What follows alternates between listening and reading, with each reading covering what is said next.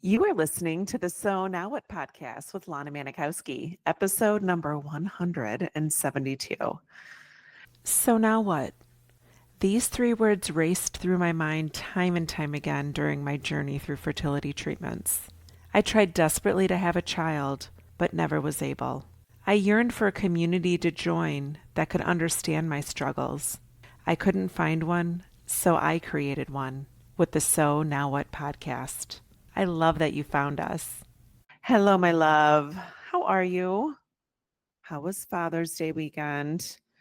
For those of you that followed along on Instagram, I did a whole 7-day series about honoring the childless guys out there, the husbands, the brothers, the friends, partners, everyone who's a male and found themselves unexpectedly childless. This gave me such a beautiful opportunity to recount the ways that my husband has shown up for me during my fertility journey, but also come to a place of forgiveness for myself because there are so many moments in my fertility journey where I carried so much shame for how I showed up and for the person that I was and the way that I approached this journey because I didn't realize that my husband was grieving. I thought because I had the diagnosis and I was the one physically going through all the things that we all have gone through to try to achieve our dream of motherhood via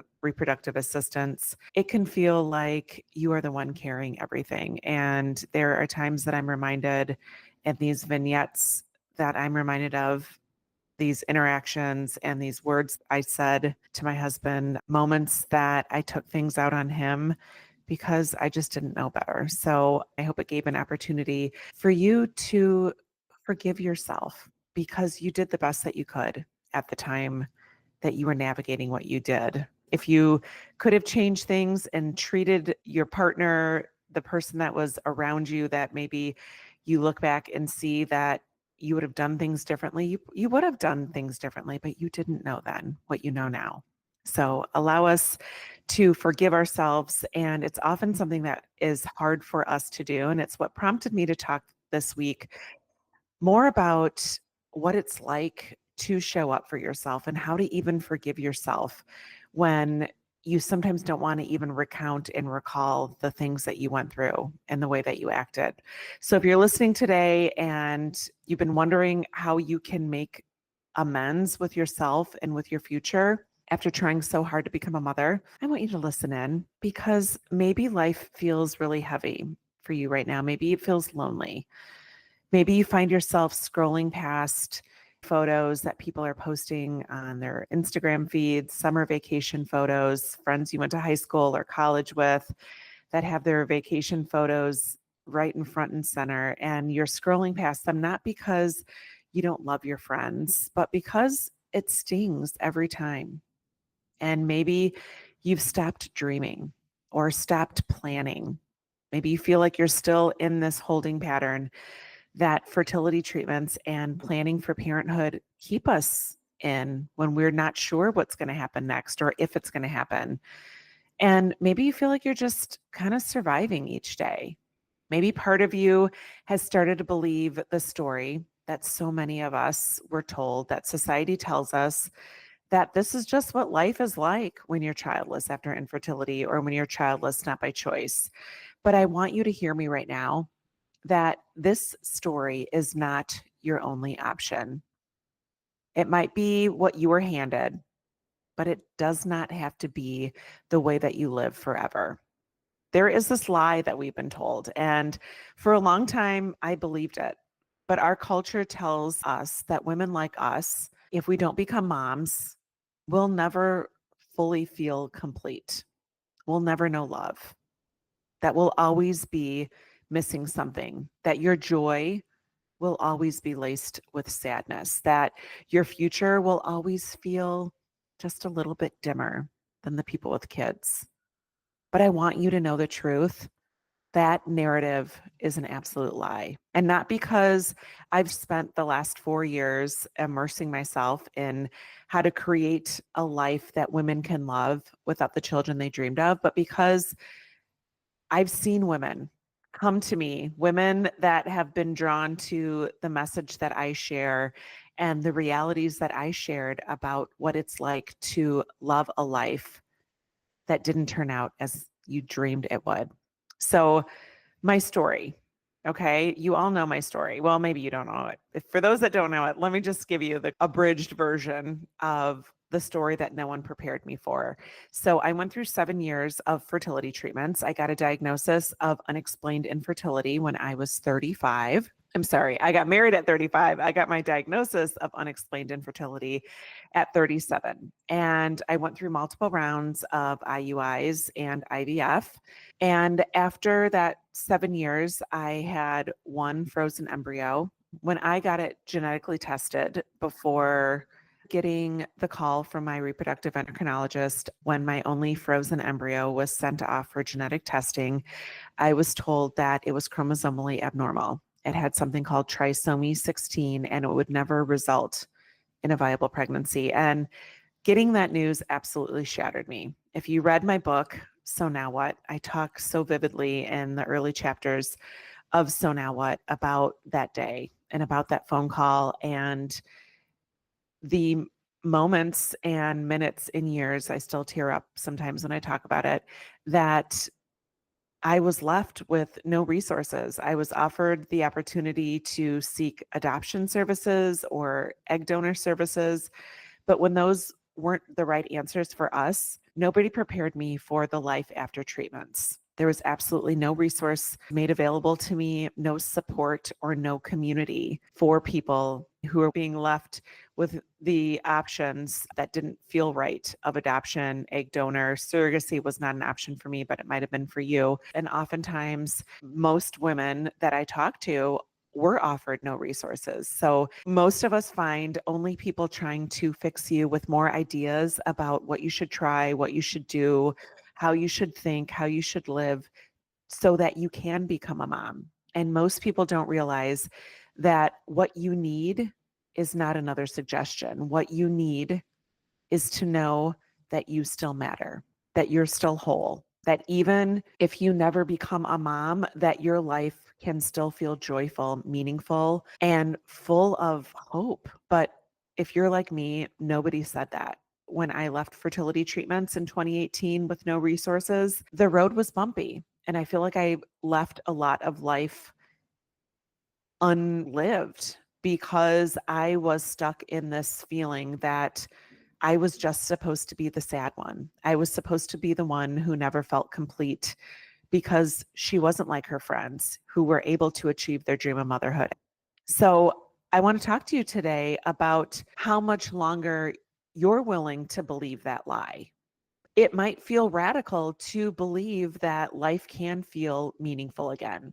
That is why I created my coaching program, Thrive After Infertility, because I want to dismantle that narrative. I help my clients dismantle the idea that life has to have them feeling like they are left in the dust, that they're always going to feel disconnected. What I help my clients do is trade in the idea of just getting by for something that is much more powerful.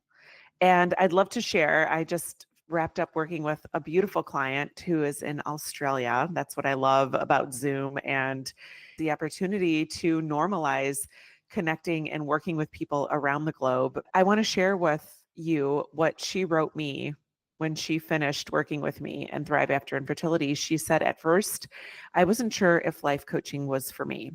But after my initial consultation with Lana, I knew I'd made the right decision. Her compassion and lived experience made her the perfect person to help me move forward in a life I wasn't sure I could reach. So this client came to me unsure if coaching would help.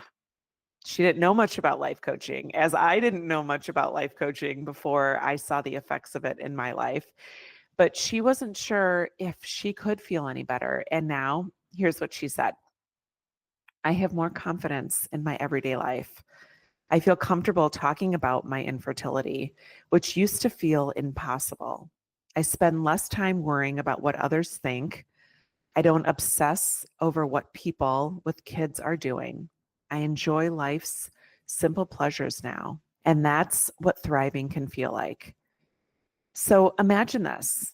I want you to imagine what it would be like to wake up on a Saturday this summer, not feeling like you're missing out, but like your weekend belongs to you.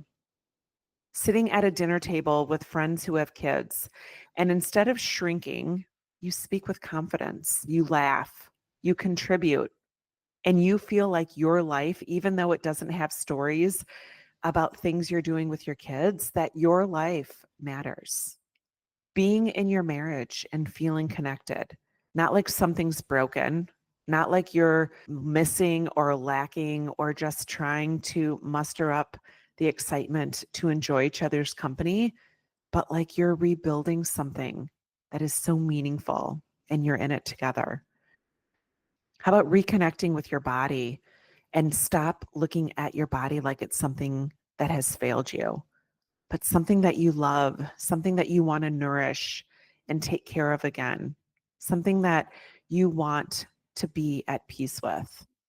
Think about waking up this summer and thinking about the next few decades of your life, not with fear or with dread, but with excitement, with clarity, with a vision, something that doesn't have you worried about your last days and who's going to take care of you and dying old and alone in a nursing home. Oh my God. If I could count the amount of times I thought about my future in that way.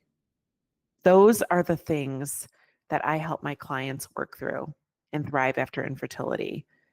I help you create a life that does not feel full of grief or doesn't live with that comparison of what people with kids are doing or the jealousy that you might feel when you get that text that your friend has a positive pregnancy test.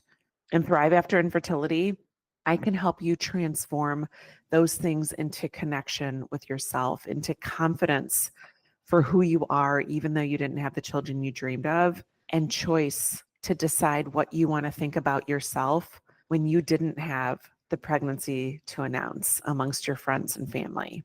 I want you to know that you're not broken and you're not too late. You don't need to just be grateful or to move on without a roadmap. What you need and what you are striving to achieve in your life, if you're like most of the women that I work with, you want guidance. You don't want to be left with no resources. You want support. You want tools that can actually help you move forward.